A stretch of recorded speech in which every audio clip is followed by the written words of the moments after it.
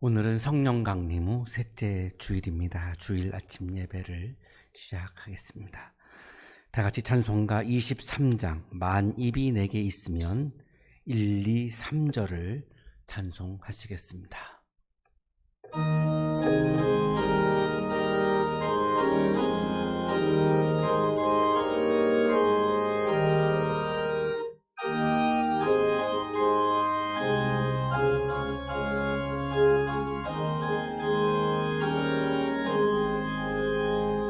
만입이 내게 있으면 그 입 다 가지고 내 구주 주시는 종을 늘 찬송하겠네.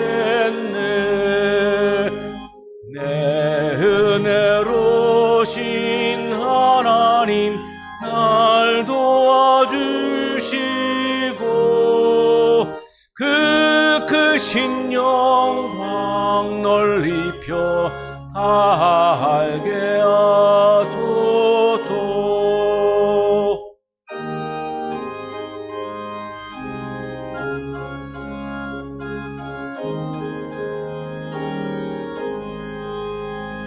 내 주의 귀한 이름이 날 위로하시고 이 귀의 음악 같으니 참 희락되도다.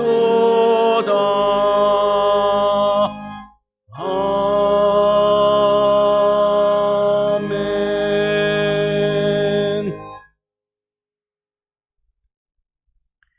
하나님은 회개하는 마음으로 나오는 사람들을 물리치지 않으십니다. 이제 우리들의 죄를 뉘우치고 고백합시다.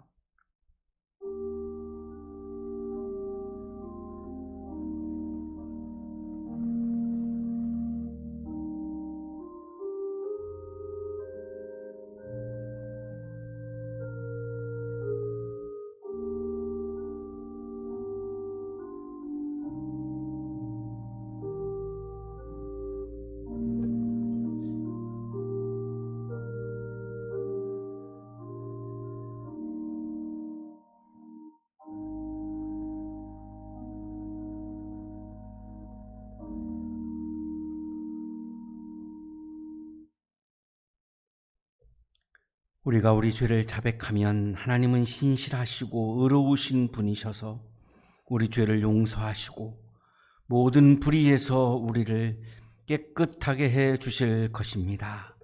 아멘. 찬송가 393장 오 신실하신 주 1, 2, 3절을 찬송하시겠습니다.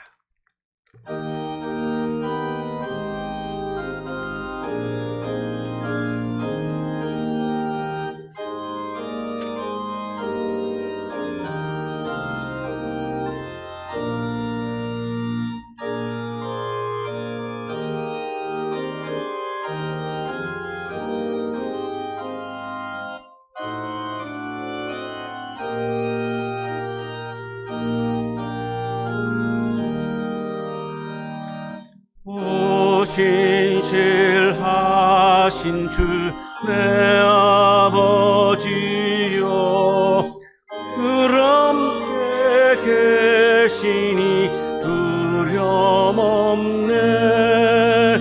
그 사랑 편찮고 날 지키시며 어제나 오늘이 한결같네.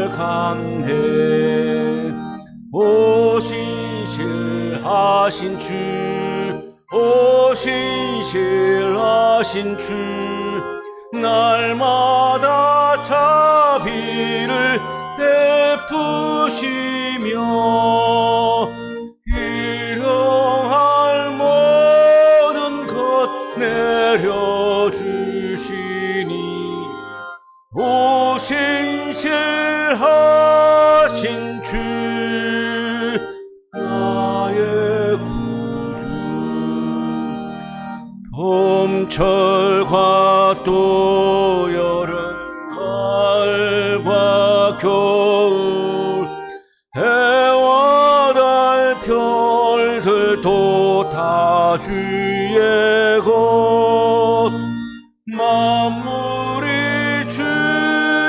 영광 드러내도다.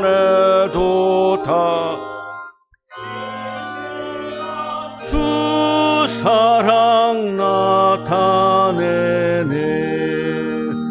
오 신실하신 주, 오 신실하신 주, 날마다 자비를 베푸시며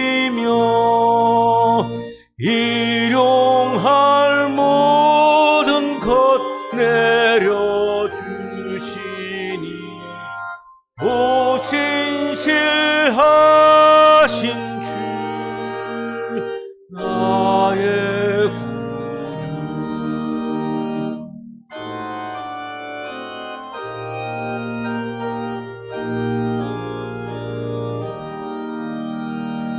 내 죄를 사하여 아니하시고 주 친히 오셔서 인도하네.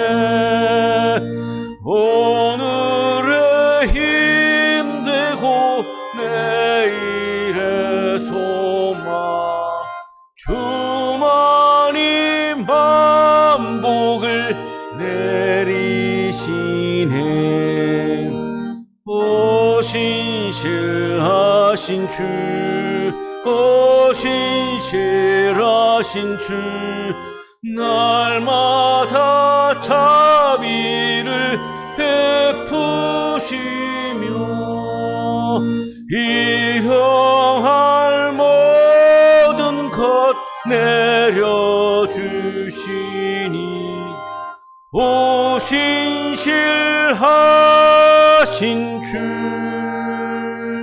나의 구주.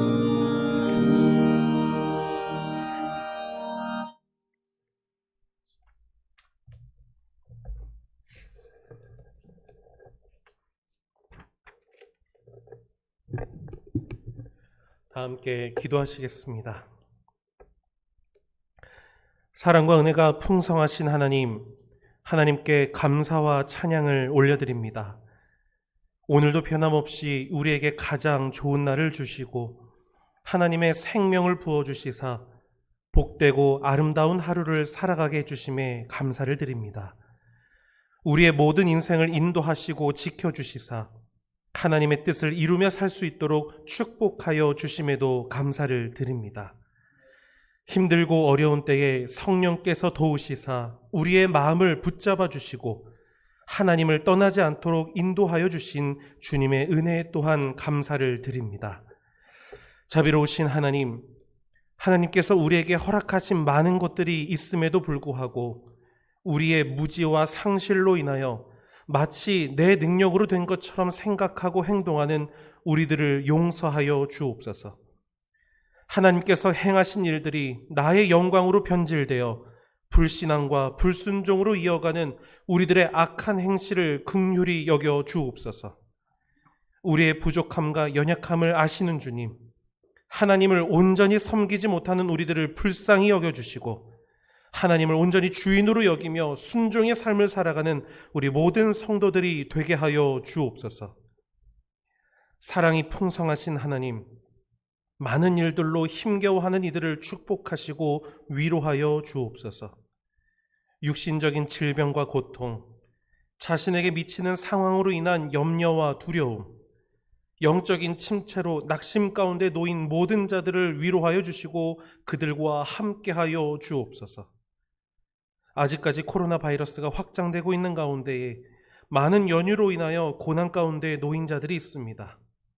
환자와 보호자, 의료진과 방역당국, 그리고 한양학원의 모든 가족들, 학생들, 이 모든 이들에게 하나님의 위로와 평강 그리고 능력과 지혜가 온전하게 임할 수 있도록 복을 내려 주옵소서. 가정에서, 직장에서, 여타 많은 곳에서 사람과 상황으로 나타나는 문제들로 인하여 근심 가운데 놓인 자들을 붙잡아 주옵소서. 모든 문제의 온전한 해결은 오직 주님밖에 하실 수 없음을 깨닫고 하나님만 의지하며 하나님 때를 기다리고 인내하며 하나님의 방법으로 순종하며 평화를 이루는 모든 이들이 되게 하여 주옵소서. 하나님의 섭리와 인도하심 가운데 하루하루를 복되게 살고 있는 우리 한양대학교의 모든 성도들을 축복하여 주옵소서. 나는 쇠하고 예수 그리스도가 흥하는 이 믿음의 삶을 살아가게 하시고 하나님이 통치하시는 하나님 나라를 온전하게 살아가는 모든 이들이 되게 하여 주옵소서. 우리 많은 성도들이 다솜 채플실에서 함께 예배하고 교제하는 것을 꿈꾸고 기다리고 있습니다. 이 모든 상황이 안정되어 함께 모여 예배드리는 날이 속히 오게 하여 주옵소서. 모든 가정에 하나님의 사랑과 은혜와 평강이 흐르게 하시고 하나님의 의로우심이 온전하게 나타나는 믿음의 공동체가 되게 하여 주옵소서. 이 한양 동산을 축복하여 주시고 안전하게 지켜주시며 하나님의 사랑으로 세상을 널리 이롭게 하는 지식과 지혜가 풍성하게 넘치는 이 동산이 되게 하여 주옵소서. 하늘 위에서 내려오는 하나님의 평강이 이 동산 가운데에 온전히 나타나게 하옵소서.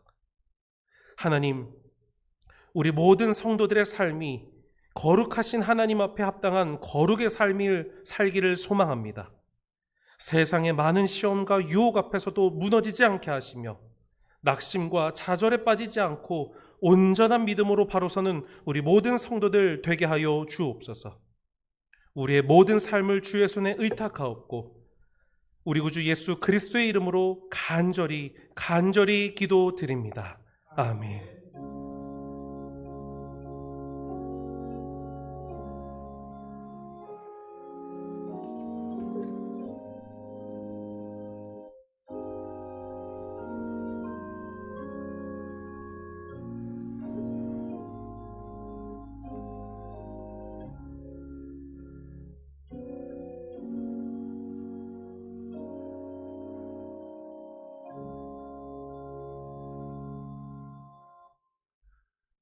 이 시간 우리에게 주시는 하나님의 말씀 마태복음 10장 24절에서 39절까지의 말씀입니다.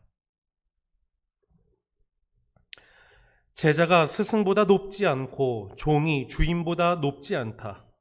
제자가 제 스승만큼 되고 종이 제 주인만큼 되면 충분하다. 그들이 집주인을 바알세불이라고 불렀거든 하물며 그 집 사람들에게야 얼마나 더 심하겠느냐. 그러므로 너희는 그들을 두려워하지 말아라. 덮어둔 것이라고 해도 벗겨지지 않을 것이 없고 숨긴 것이라 해도 알려지지 않을 것이 없다. 내가 너희에게 어두운 데서 말하는 것을 너희는 밝은 데서 말하여라. 너희가 귓속말로 듣는 것을 지붕 위에서 외쳐라. 그리고 몸은 죽일지라도 영혼은 죽이지 못하는 일을 두려워하지 말고 영혼도 몸도 둘 다 지옥에 던져서 멸망시킬 수 있는 분을 두려워하여라. 참새 2마리가 한 양에 팔리지 않느냐. 그러나 그 가운데서 하나라도 너희 아버지께서 허락하지 않으시면 땅에 떨어지지 않을 것이다. 아버지께서는 너희의 머리카락까지도 다 세워놓고 계신다. 그러니 두려워하지 말아라. 너희는 많은 참새보다 더 귀하다. 누구든지 사람들 앞에서 나를 시인하면 나도 하늘에 계신 내 아버지 앞에서 그 사람을 시인할 것이다.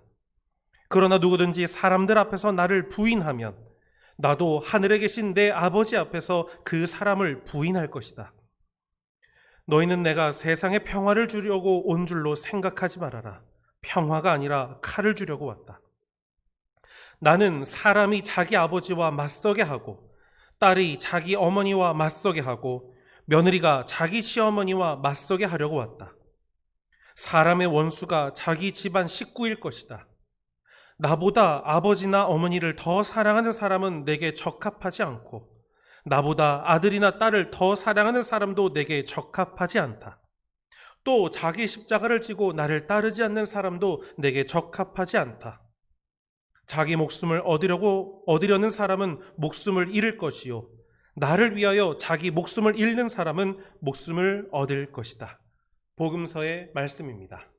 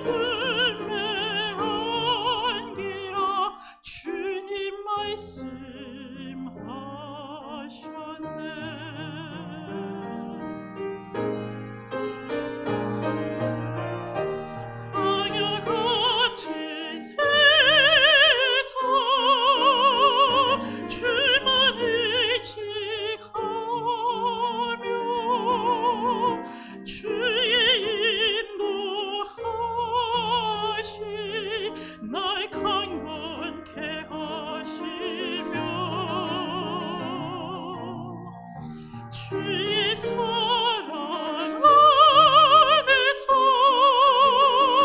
살게 하소서. 주만 의지하리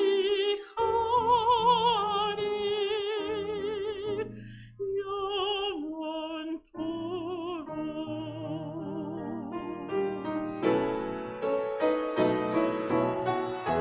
하여같이 세상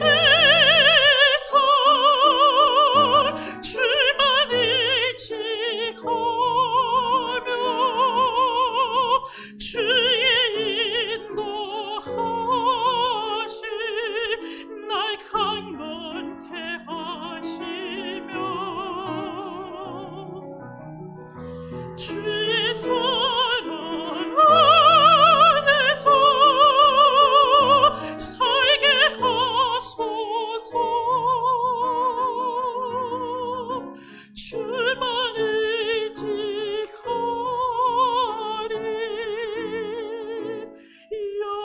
영원토록. 주만 의지하리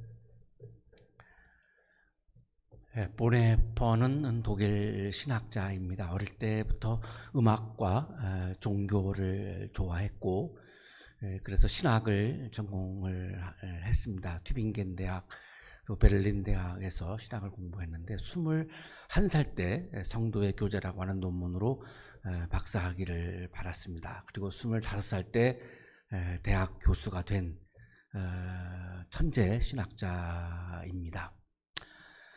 굉장히 책을 읽는 것을 매우 즐겨했고, 정말로 뭐 공부를 너무나 좋아하고 잘했던 그런 분입니다.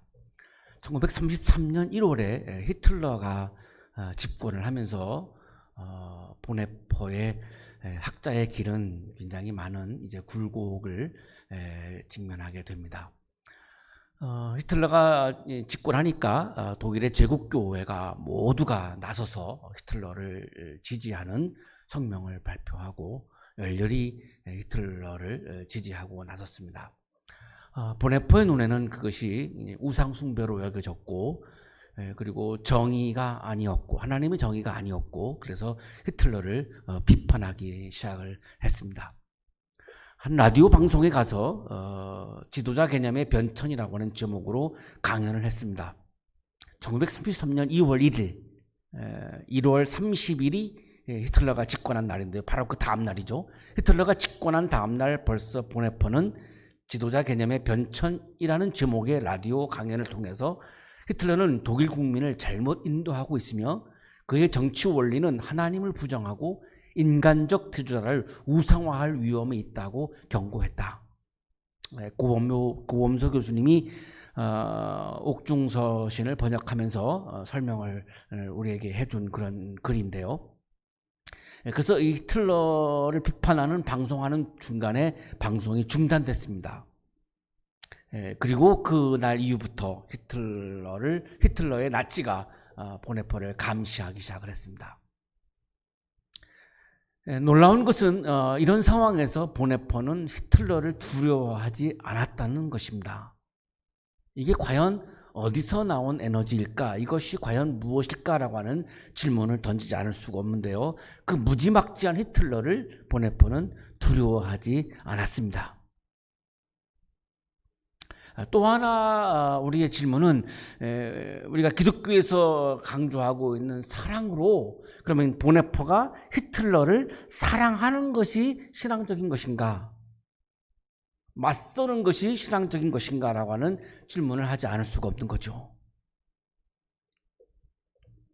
1934년에 칼 바르트와 함께 고백교회를 설립을 하고 나치의 국가폭력에 저항을 합니다.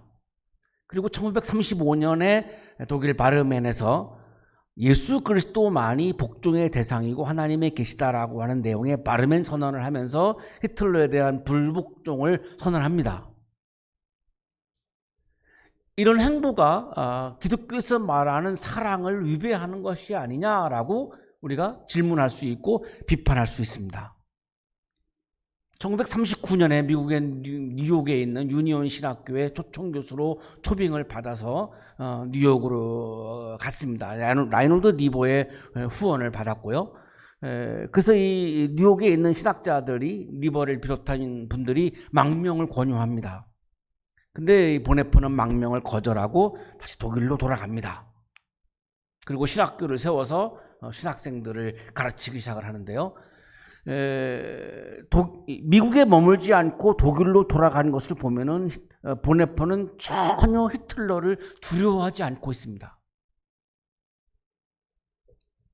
1943년 4월 5일 날 비밀경찰 게슈타포에 의해서 보네포가 체포가 됩니다. 히틀러 암살 계획에 가담했다라고 하는 혐의로 체포를 당했고 2년 동안 강제 수용소에서 수용소 생활을 합니다. 이 2년 동안 강제 수용소에 있으면서 친구 베트게와 그리고 부모님을 비롯한 가족들에게 편지를 계속해서 쓰고 편지를 보냈습니다. 이 편지들을 모아서 묶어낸 책이 저항과 복종이라고 하는 옥중서간이라고 하는 또한 제목으로도 번역이 되기도 했는데요. 저항과 복종, 옥중서간 이런 제목으로 출간이 됐습니다. 1943년 4월 14일에 부모님께 보네포가 드린 편지입니다. 이제는 힘차게 봄이 찾아옵니다. 정원에서 하실 일이 많아지겠습니다. 여기 이 감옥의 뜰에서는 아침과 지금 이 저녁에도 잡박이가 너무도 아름답게 노래를 하고 있습니다. 이렇게 대수롭지 않은 것에 감사하게 되는 것, 이건 역시 하나의 은사일 것입니다. 안녕히 계십시오. 굉장히 긴 편지를 제가 한 군데만 소개를 해드렸는데요. 감옥도 보네포는 전혀 두려워하지 않고 있는 것을 우리가 이 편지를 통해서 느낄 수 있습니다. 1943년 4월 25일 날 부모님께 드린 편지입니다. 저는 매일 꿈을 꿉니다. 그것은 정말 멋있는 일입니다.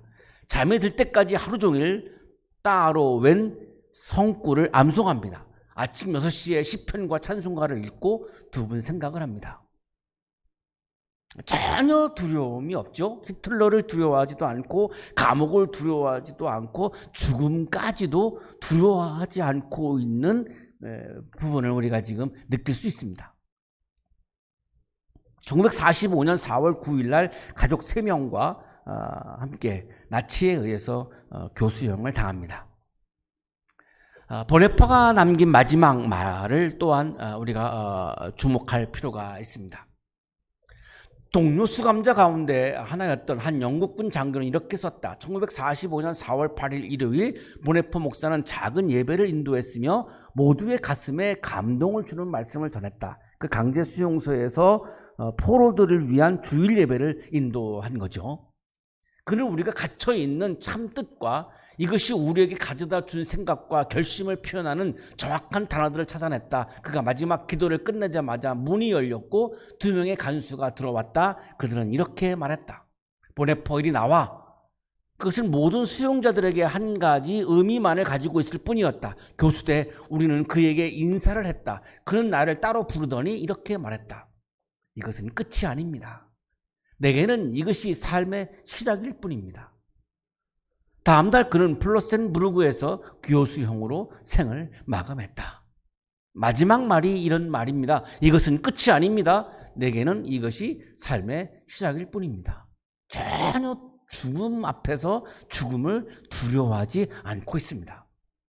히틀러도 감옥도 죽음도 두려워하지 않는 것이 보네포의 믿음이었고 영성이었습니다.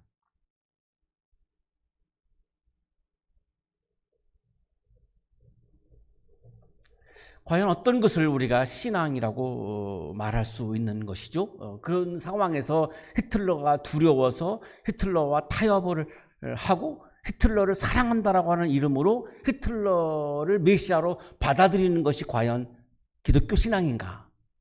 아니면 히틀러와 맞서는 것이, 그것은 하나님의 정의가 아니기 때문에 맞서는 것이 신앙인가라고 하는 질문을 하지 않을 수가 없죠. 우리나라에서 어떻게 표현을 해야 될지 모르겠는데요.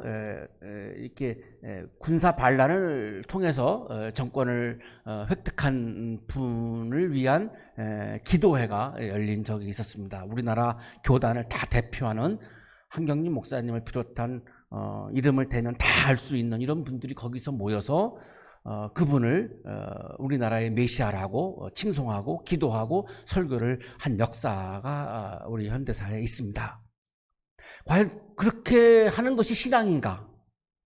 아니면 하나님의 정의가 아닌 것, 또 우상숭배 앞에서 그것을 맞서는 것이 기독교 신앙인가라고 하는 질문을 하지 않을 수가 없는 거죠. 이때 우리에게 중요한 부분이 두려움입니다. 두려우니까, 히틀러가 두려우니까 군사 반란을 일으켜서 정권을 획득한 분이 두려우니까 우리는 그렇게 할 수밖에 없었다라고 한다면 과연 그것을 우리가 기독교 신앙이라고 말할 수 있는가라고 하는 질문을 던지지 않을 수가 없는 거죠. 오늘의 성서일과는 두려워하지 말라는 주님의 말씀입니다. 제자가 스승보다 높지 않고 종이 주인보다 높지 않다. 예수님께서 지금 제자들에게 하시는 말씀인데요. 제자들을 불러 모을 때까지 잠깐만 요약을 좀 해보겠습니다. 예수님의 비전은 이 땅에 도래하는 하나님의 나라죠. 마태복음에서의 예수님의 첫 설교가 마태복음 4장 17절에 있습니다. 회개하여라, 하늘나라가 가까이 왔다. 자, 이 예수님의 첫 설교를 보면 예수님의 비전은 하나님 나라가 가까이 왔다. 이 땅에 오는 거죠. 왜 하늘나라냐? 하나님 나라를 대신하는 용어입니다. 하나님이라고 하는 직접적인 호칭을 피하기 위해서 하나님 나라 대신에 하늘나라라고 표현을 하신 거죠.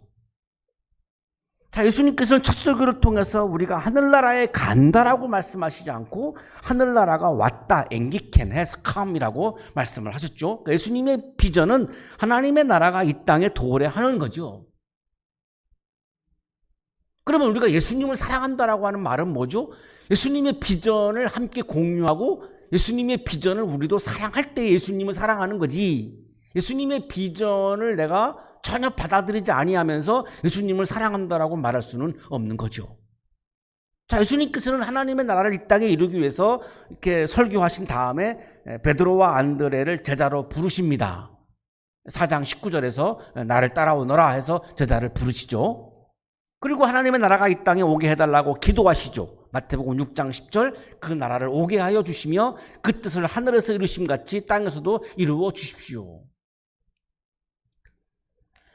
자, 그리고 나서 12제자를, 하나님의 나라를 이 땅에 이루기 위해서 12제자를 부르시죠. 마태복음 10장 2절 3절에 있습니다. 자, 오늘의 성서 일과가 마태복음 10장인데요. 마태복음 10장의 맨 첫 귀절이 12제자를 부르시는 장면입니다. 12제자를 부르시고 나서 하신 말씀이에요. 왜 제자를 부르셨죠? 하나님의 나라를 이 땅에 이루기 위해서 부르신 거죠. 자, 제자들을 부르시고 나서 예수님께서 하시는 말씀이 너희들은 박해를 받을 것이다 라고 말씀을 합니다. 너무나 당연한 거죠. 제자들이 예수님을 따라서, 스승을 따라서 하나님의 나라를 추구하면 자신의 나라를 추구하면서 하나님의 나라를 반대하는 사람들로부터 박해를 받는 것은 너무나 당연한 거죠. 제자들을 박해하는 사람들은 두 부류입니다. 마태복음 10장 17절, 그들의 회당에서 매질할 것이다. 자, 여기 회당에서 일하는 사람들은 유대 종교 지도자들이죠. 당시에 사두개파 사람들은 성전에서 주로 활동을 했고 바리새파 사람들은 회당에서 주로 활동을 했는데요. 이 두 부류가 유대 종교 지도자들인데 당시의 유대의 나라는 이들의 나라였습니다. 이 종교 국가이고요. 종교 지도자들의 나라예요. 자, 그런데 예수님이 하나님의 나라를 얘기하니까 이거를 받아들일 수 없습니다. 그러면 내 나라를 내놔야 되기 때문에 하나님의 나라를 부정한 거죠. 자, 두 번째 부류는 로마 제국입니다. 마태복음 10장 18절. 또 너희는 나 때문에 총독들과 임금들 앞에 끌려나가서 그들과 이방 사람 앞에서 증언할 것이다. 자, 이 총독이 바로 로마의 총독이죠. 로마 황제가 바로 이 예수님과 제자들을 박해할 사람인 거죠. 당시 유대는 로마의 지배를 받았고 로마 황제의 나라입니다. 그러니까 로마 황제는 이게 내 나라인데 예수가 하나님의 나라를 얘기하니까 내 나라를 지키기 위해서 하나님의 나라를 부정할 수밖에 없고요. 그래서 예수를 박해한 거죠. 예수를 십자가에 죽인 거죠. 자, 그런데 오늘 마태복음 10장 24절에서 예수님이 하시는 말씀이 제자가 스승보다 높지 않다? 이게 무슨 말씀일까요? 제자들은 스승의 비전을 따라야 한다라고 하는 거죠. 내 비전은 하나님의 나라가 이 땅에 도래하는 건데 너희가 하나님의 나라가 이 땅에 도래하는 것을 비전으로 삼지 않는다면 너희는 내 제자라고 말할 수 없다. 그럼 가라, 떠나라 이거죠. 내 제자를 하려면 내 비전을 공유하고 내 비전을 따라야 한다라고 하는 거죠. 나보다 너희가 높지 않다 이거죠. 자, 한국 교회와 한국 그리스도인들의 비전과 꿈이 하나님의 나라가 아니고 내 욕망을 실현하는 내 나라라고 한다면 기독교인이라고 말할 수 없는 거죠. 기독교인은 뭐죠? 예수를 따르는 사람이 기독이 뭐냐면 예수의 한자어입니다. 기독교인은 예수를 따르는 사람이죠. 그럼 예수를 사랑한다라고 하는 말은 무슨 말이죠? 예수님의 비전을 내가 공유하고 예수님의 비전을 내가 받아들이고 예수님의 비전을 내가 따라가는 게 예수님을 사랑하는 사람이죠. 그게 기독교인입니다. 그게 그리스도인입니다. 그런데 말로는 내가 예수님을 사랑한다라고 말하면서 예수님의 비전인 하나님의 나라를 내가 받아들이지 않고 나의 나라를 추구한다면 그거는 기독교인이라고 말할 수가 없는 거죠. 교회라고 말할 수가 없는 거죠. 이것이 보네퍼의 고민이었던 겁니다. 아무리 내가 히틀러의 위협을 받는다 할지라도 히틀러가 나를 죽인다 할지라도 최소한 내가 예수의 비전 하나님의 나라, 히틀러의 나라가 아닌 하나님의 나라라고 하는 것을 내가 따르지 않을 수 없지 않는가? 누구로서? 신앙인으로서. 신학자도 아니고 목사도 아닙니다. 내가 신앙인으로서 이건 기본이 아닌가라고 하는 마음이었던 겁니다. 그러고 나니까 히틀러가 두렵지 않고 죽음도 두렵지 않았습니다. 왜? 너무나 내가 당연히 걸어가야 할 길이니까요. 제자가 제 스승만큼 되고 종이 제 주인만큼 되면 충분하다. 제자가 스승의 비전을 따르는 것은 너무나 당연한 것이다. 이런 말씀이죠. 제자가 스승인 예수를 따라서 스승의 비전을 따라서 하나님의 나라를 이루는 길을 걸어갈 때에 그것이 바로 예수의 제자인 것이고 그러면 유대 종교 지도자들과 로마 황자의 박해는 너무나 당연한 것이다. 이거를 지금 예수님이 제자들에게 말씀하는 거예요.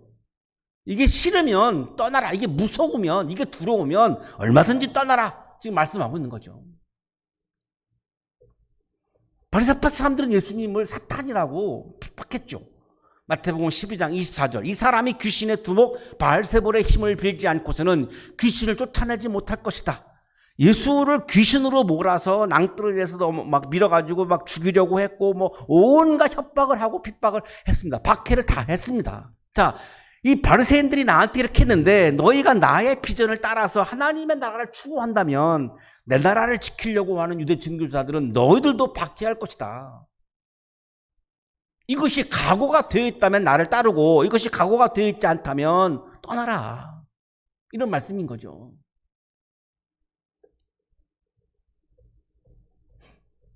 보네포는 이 상황에서 하나님 나라를 향한 길을 그냥 선택하고 그 길을 간 겁니다. 하나님의 나라, 하나님을 사랑하고 예수를 사랑하고 하나님의 그 예수, 내가 사랑하는 예수의 비전인 하나님의 나라를 공유하니까 하나님의 나라를 향한 길을 걸어가는 것이 너무나 자랑스러웠고 그것이 너무나 떳떳했고 너무나 기뻤고 그러니까 히틀러가 두렵지 않았던 거죠.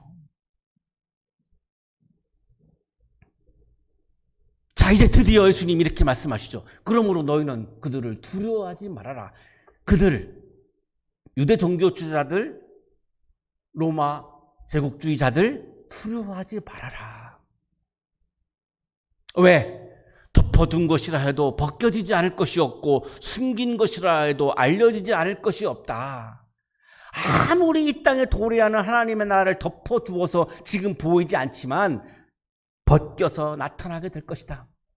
지금은 이 땅에 도래하는 하나님의 나라를 숨겨서 보이지 않지만 그러나 드러날 것이다.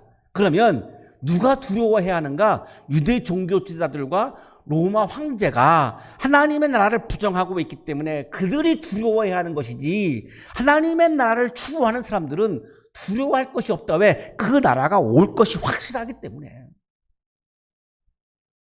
그들이 모르지 않는다. 하나님의 나라가 오고 지금 내 나라를 추구하는 이것이 정의롭지 않다라고 하는 것을 유대 종교 지도자도 다 알고 있고 로마 제국주의자도 다 알고 있기 때문에 정작 두려워해야 되는 것은 그들이지, 하나님의 나라를 추구하는 너희들이 왜 두려워하느냐? 두려워할 이유가 없지 않느냐, 이런 말씀이죠.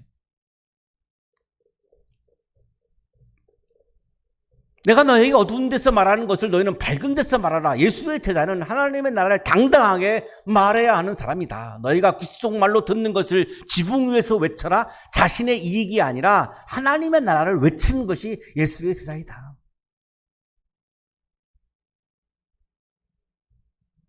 교회에서 내 개인적인 이익을 외치는 것이 어떻게 그리스도인인가, 어떻게 예수의 제자라고 말할 수 있는가? 하나님의 나라를 외쳐야 할 것이 아닌가? 나에게 손해가 되더라도, 나의 희생이 따른다 할지라도 하나님의 나라를 외치는 것이 예수의 제자이지, 내 이익을 외치는 게 어떻게 예수의 제자인가? 어떻게 내 제자인가?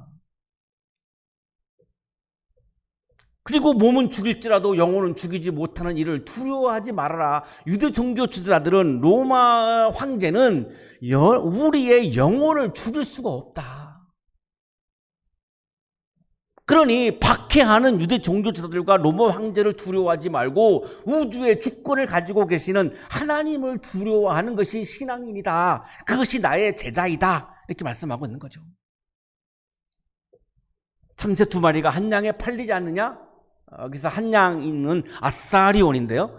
로마 화폐이고 16분의 1 데나리온입니다. 한 데나리온을 5만 원으로 만약에 계산한다면 한 아사리온이 3,000원 정도가 됩니다. 그러면 참새 2마리가 3,000원이니까 참새 한 마리가 1,500원입니다. 자, 참새 한 마리가 1,500원에 팔린다. 그러나 1,500원짜리 참새도 우주의 주권자이신 하나님이 허락하지 아니하면 땅에 떨어질 수가 없다. 사람들이 참새를 한 마리를 자기들 마음대로 할 수가 없다. 왜? 참새의 주인은 하나님이시기 때문에. 참새의 주권자는 하나님이시기 때문에. 우주의 주권자이신 하나님이 주인이기 때문에 아무도 참새를 자기 마음대로 할 수 없다. 그런데 하물며 누가 사람을, 나의 제자인 여러분들을 누가 마음대로 할 수 있다고 생각하느냐? 마음대로 할 수 있다고 생각하기 때문에 두려워하는 건데, 참새도 마음대로 못하는데 사람을 누가 마음대로 할 수 있다는 말이냐? 우주의 주권자이신 하나님은 너희의 머리카락까지도 다 세고 계시다. 왜? 너희들의 주인이기 때문에. 그래서 어느 누구도 너희들을 자기 마음대로 할 수가 없다. 로마 황제도 유대 종교 지도자들도 그렇게 보이지만 정작 마음대로 할 수 없다. 그러니 두려워할 이유가 없다.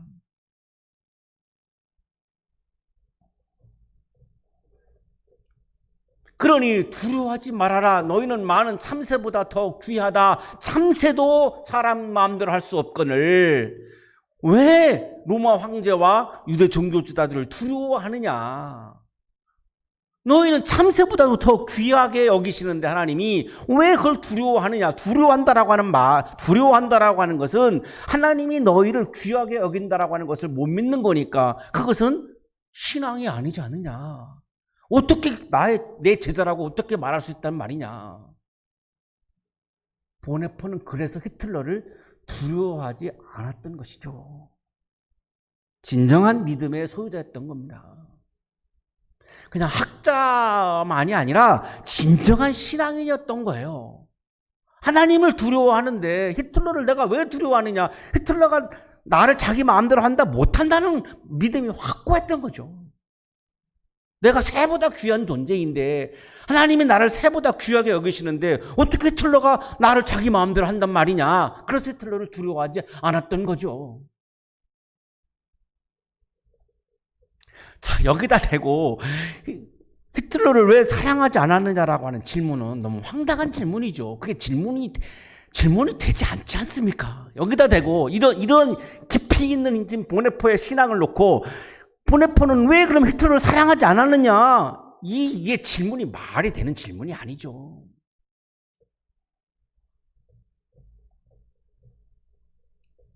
누구든지 사람들 앞에서 나를 시인하면 나도 하늘에 계신 내 아버지 앞에서 그 사람을 시인할 것이다. 예수를 시인한다라고 하는 말은 하나님의 주권과 하나님의 나라를 시인한다는 말과 같은 말이죠.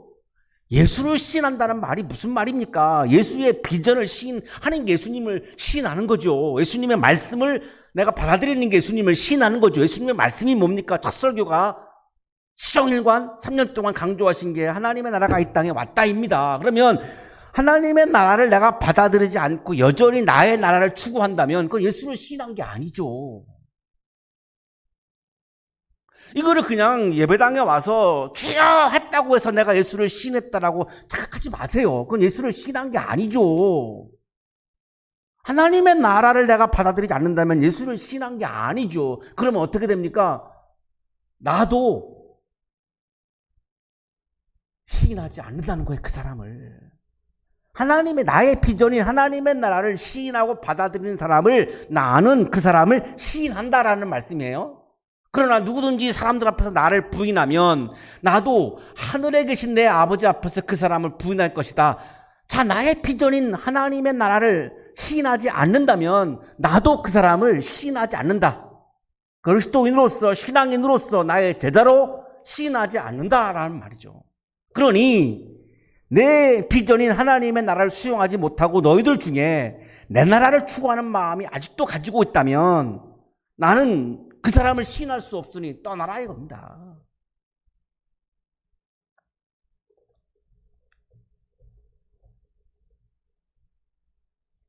예수를 부인한다라고 하는 말은 하나님의 주권과 하나님의 나라를 부인하는 거죠. 내가 주인이라고 한다고 한다면 하나님의 주권을 인정하지 않는 거죠. 내 나라를 추구한다라고 하는 말은 하나님의 나라를 인정하지 않는 거죠. 그러면 뭐죠? 하나님을 부정하는 거죠. 하나님을 부정하니까 예수를 부정하는 거죠. 너희는 내가 세상에 평화를 주려고 온 줄로 생각하지 말아라. 평화가 아니라 칼을 주려고 왔다. 이 34절에 굉장히 해석하기 어려워하는, 한국의 그리스도인들이 해석하기 어려워하는 본문 중에 하나인데요. 바로 이거죠. 보네포는 왜 히틀러를 사랑하지 않았느냐. 그러면 예수님은 하나님의 나라를 반대하는 사람들을 사랑했나요? 이렇게 말씀하십니다. 내가 세상에 평화를 주려고 온 줄로 생각하지 말아라. 유대 종교 지도자들과 로마 황제와 내가 평화를 이루려고 왔다고 생각하지 말아라 이겁니다. 칼을 주려고 왔다 그들에게. 하나님의 나라를 반대하는 사람들과는 나는 맞서기 위해서 왔다. 내 목표는, 내 비전은 하나님의 나라이지 평화 자체가 아니다. 평화가 이루어진 나라가 하나님의 나라입니다. 그런데 하나님의 나라를 반대하는 사람들도 그럼 내가 사랑해야 된다? 그러면 하나님의 나라를 포기해야 되는데 하나님의 나라를 포기하고 그냥 좋은 게 좋은 거 해서 평화를 이루었으면 내 목표가 이루어졌다? 아니라는 거예요. 예수님의 목표는 하나님의 나라이지 평화 자체가 아닌 거예요. 평화가 이루어져 있는 하나님의 나라가 목표예요. 그러면 하나님의 나라를 반대하는 사람들과는 예수님은 어떻게 하겠다는 겁니까? 칼을 들겠다라고 말씀하신 거예요.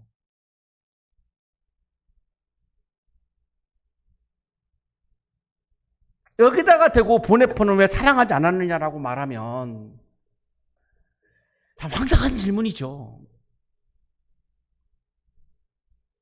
제가 우리 교회는 그런 부분이 없기 때문에 참 해피한데요. 일반 교회 있을 때 교회가 하나님의 나라가 이루어져야 되죠. 하나님이 다스리고 하나님이 통치하시는 원리에 의해서 교회가 이루어져야 되죠. 그런데 교회에서 공로가 많은 아주 일부 소수 분들 중에는 이 교회를 내 교회로 만들려고 하는 분들이 있어요.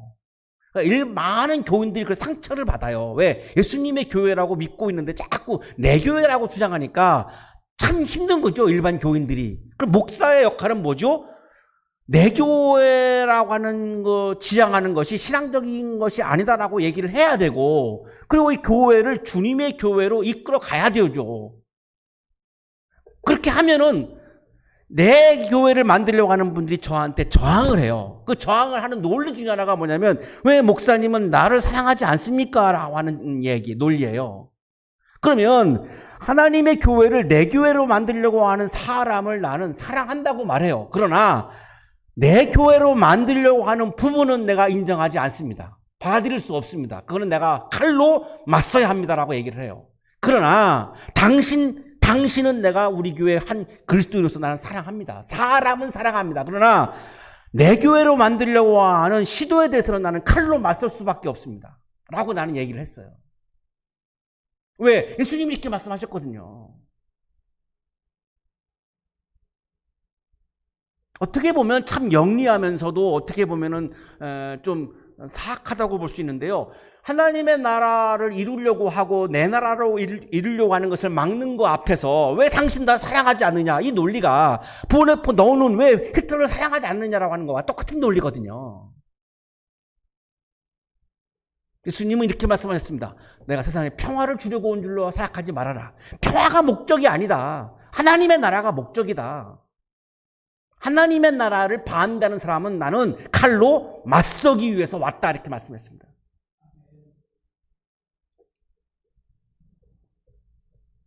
우리 이한철 선생님이 오랜만에 오셔서 아멘 하셨기 때문에 다음으로 넘어가겠습니다. 아멘이 안 나와서 계속 제가 안 넘어가고 있었거든요. 예민한 부분이죠. 한국교회 그리스도인들이 지금 거 굉장히 예민한 부분일 거예요.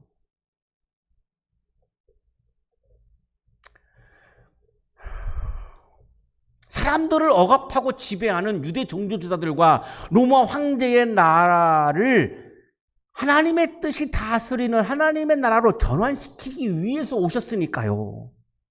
이들과 맞서지 아니하면 그럼 예수님의 존재가 이유가 없어지는 거죠. 하나님의 나라가 아닌 유대 종교주자들의 나라와 로마 황제의 나라를 그럼 인정하라는 겁니까? 예수님 보고 인정할 수가 없지요. 그거를 맞서서 하나님의 나라로 전환시켜야 그들에 의해서 억압당하고 지배당했던 사람들이 자유를 회복하고 기쁨을 회복하고 사랑을 회복하고 하나님의 형상을 회복하고 인간성을 회복할 수 있을 거 아니겠습니까? 그러니까 칼로 맞설 수밖에 없는 거죠.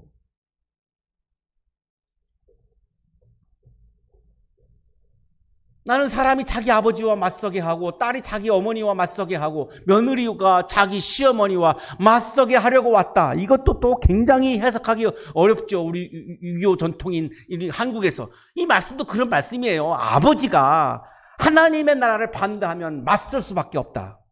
어머니가 하나님의 나라를 반대하면 맞설 수밖에 없다. 시어머니가 하나님의 나라를 반대하면 맞설 수 없다. 이 말씀이에요.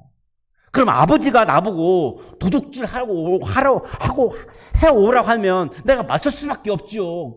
그걸 효도가 아니라고 막 비난할 수는 없지 않습니까? 너 왜 효도 안 해? 이렇게 말하는 건 생뚱맞은 공격입니다. 그럼 어머니가 나보고 사기치라고 그랬는데 그럼 내가 어머니 말을 순종하지 않았다고 해서 너 왜 효도하지 않아? 이렇게 공격하는 것은 정말 말이 안 되는 공격이죠. 하나님의 나라를 반대하는 사람은 가족들도 맞서라는 거예요. 사람의 원수가 자기 집안 식구일 것이다.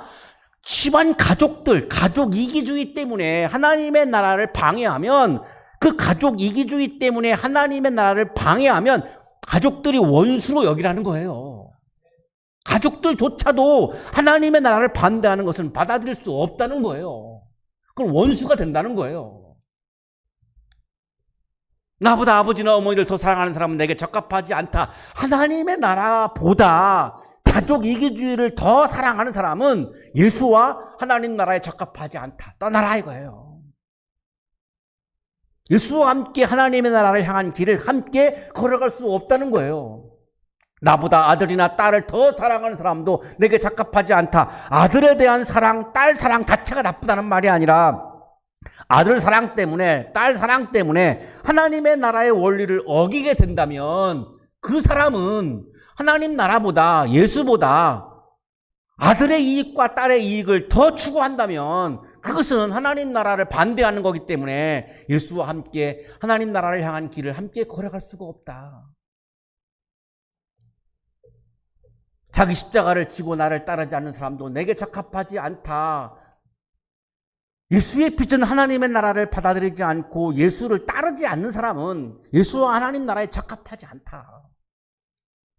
자기 목숨을 얻으려는 사람은 목숨을 잃을 것이요, 나를 위하여 자기 목숨을 잃는 사람은 목숨을 얻을 것이다. 39절도 참 해석하기 어려운 본문 중에 하나인데요, 여기 목숨은 헬라어 성서의 푸시케입니다. 자, 이 푸시케는 더 정확하게 번역하면 혼이죠. 영어로는 soul입니다. 자, 소크라테스는 이 혼을 세 가지로 얘기했죠. 욕망, 이성, 기계, 에피티미아, 로고스, 티모스, 이 세 가지로 얘기했습니다. 자, 이게 인간이라는 거죠. 이게 사람이라는 거죠. 그러니까 이 목숨이라는 말을 사람으로 바꿔서 읽어보시면 좋을 것 같아요. 사람은 혼이니까요. 자, 그러면 결국 혼에는 세 가지 아닌 두 가지 종류의 것들, 즉 헤아리는 부분, 이성과 욕구적인 부분, 욕망만 있는가? 혼에도 이 셋째 것, 즉 격정적인 부분인 기계가 있는가? 자, 소크라테스가 이거를 세 가지로 이렇게 분류해서 우리에게 설명을 해줬는데요. 자신의 혼, 자신만을 위한 욕망, 자신만을 위한 이성, 자신만을 위한 기계를 추구하는 사람은 예수를 위한 소울, 예수를 위한 혼을 잃게 된다, 이런 말씀이죠. 당장 내가 지금 죽는다는 말이 아니라, 목숨이라고 하니까 자꾸 우리가 죽는 걸 생각하게 되는데, 자신만을 위한 혼, 자신만을 위한 소울을 추구하는 사람은 예수를 위한 소울을 잃어버릴 수밖에 없다, 이거죠. 예수를 위해서, 하나님의 나라를 위해서 자신의 혼, 소울, 즉 자신만을 위한 욕망, 이성, 티모스를 내려놓는 사람, 바로 그 사람은 예수의 혼, 예수의 소울, 하나님의 나라를 향해서 걸어가는 영성, 예수의 소울, 예수의 혼, 예수의 영성을 얻게 될 것이다, 이런 말씀입니다. 우리 음악하시는 분들이 뭐 흑인들의 소울이 있다, 이렇게 소울이 풍부하다, 그런 말을 하잖아요. 흑인은 흑인의 소울이 있고 한국인은 한국인들의 소울이 있잖아요. 자, 예수의 소울이 있습니다. 예수의 소울은 뭐죠? 나의 모든 욕망과 이성과 기계가 하나님의 나라를 향하고 있는 게 예수의 소울입니다. 나의 이기적인 것을 위한 나의 소울, 나의 욕망과 나의 이성과 나의 기거를 내려놓아야 하나님의 나라를 지향하는 예수의 소울이 내 안에 들어올 수 있고 충만할 수 있지. 기독교인이면서 여전히 나의 소울, 나만을 위한 욕망과 나의 욕망을 실현하는 거를 자꾸 믿음이라고 오해하면서 나의 소울을 내가 주장한다면 예수의 소울을 내가 경험할 수가 없는 거지요. 바로 이 39절이 그 말씀입니다. 기독교인이라면, 예수의 제자라면 예수의 소울을 지니고 살아야 할 것이 아니냐. 예수의 소울은 나의 나라가 아닌 하나님의 나라를 지향하고 하나님의 나라를 향해서 걸어가는 것이 예수의 소울이다. 그거를 얻게 된다. 그것이 바로 예수의 영성이다. 거기에는 영적인 기쁨이 충만하게 되는 거죠. 하나님 나라의 기쁨이 충만하게 되는 거죠. 예수의 혼, 예수의 소울이 충만하셔서 코로나 이런 어려운 상황에서도 영적인 기쁨이 충만한 여러분의 삶이 되시기를 주님의 이름으로 축복합니다. 거룩하신 하나님,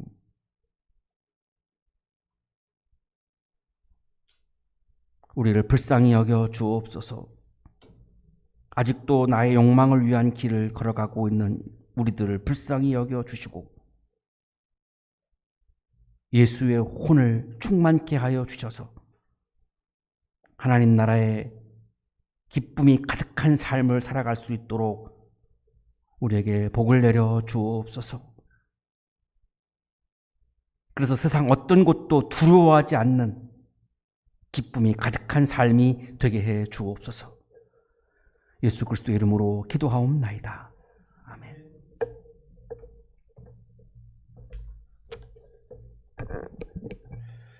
우리 몇 가지 교회 소식 알려드립니다. 이번 주일은 성령 강림 후 셋째 주일로 지켜 예배를 드립니다. 우리 다음 주일은 성령 강림 후 넷째 주일로 지켜 예배를 드리겠습니다. 성서일과는 마태복음 10장 40절에서 42절까지의 말씀 제목은 작은 사람들입니다. 우리 주중에 성서일과 말씀을 묵상하시기를 바랍니다. 우리 한양대학교에서는 매일 우리 시간을 정해두고 전교인이 계신 곳에서 합심 기도하고 있습니다. 우리 계속 힘써 기도해 주시기를 바랍니다. 우리 전교인이 힘써 합심하여 기도해 주실 때에 우리 이 나라 이 땅 위에서 계속해서 기도해 주시기를 바랍니다.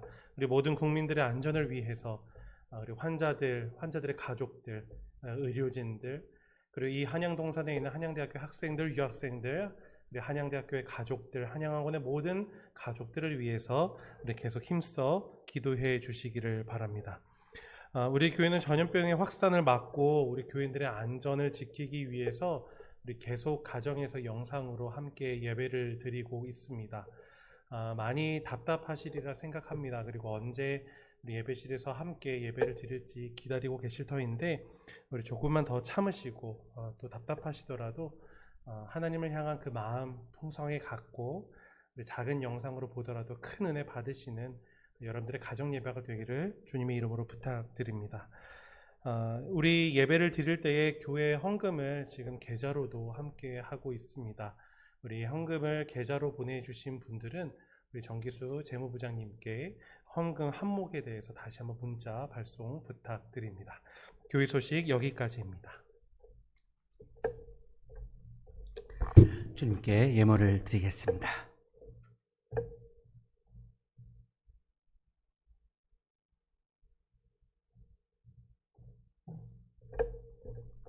거룩하신 하나님 감사합니다. 연약한 우리들이지만 오늘 믿음을 주셔서 세상 어떠한 것도 두려워하지 않고 하나님의 나라를 향한 길을 뚜벅뚜벅 힘차게 걸어갈 수 있는 영적인 힘을 주셔서 감사합니다. 감사의 마음을 예물에 담아 드리오니 기쁘게 받아주시고 예물을 드린 손길 위에 크신 은혜를 부어 주옵소서. 예수 그리스도의 이름으로 기도하옵나이다. 아멘.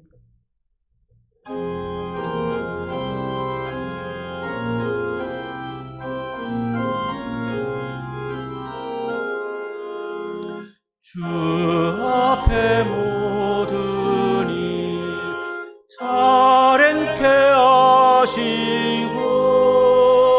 이후에 주님 뵐 때 상 받게 하소서. 나 항상 깨어서 늘 기도드리며 내 믿음 변치 않도록 날 도와주소서.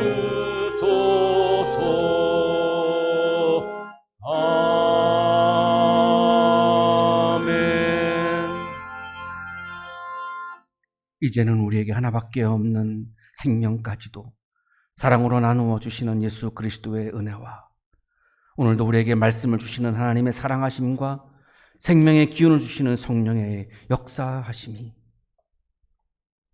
주님의 마음과 주님의 비전과 하나님 나라를 향한 갈망을 우리들의 마음에 가득가득 채우고 세상 어떠한 것도 두려워하지 않고 예수와 함께 하나님의 나라를 향하여 힘차게 걸어가는 삶을 살아갈 것을 다짐하고 또 다짐하는 우리 모든 한양 가족들의 삶 속에 지금부터 영원토록 함께 하시기를 간절히 축원하옵나이다.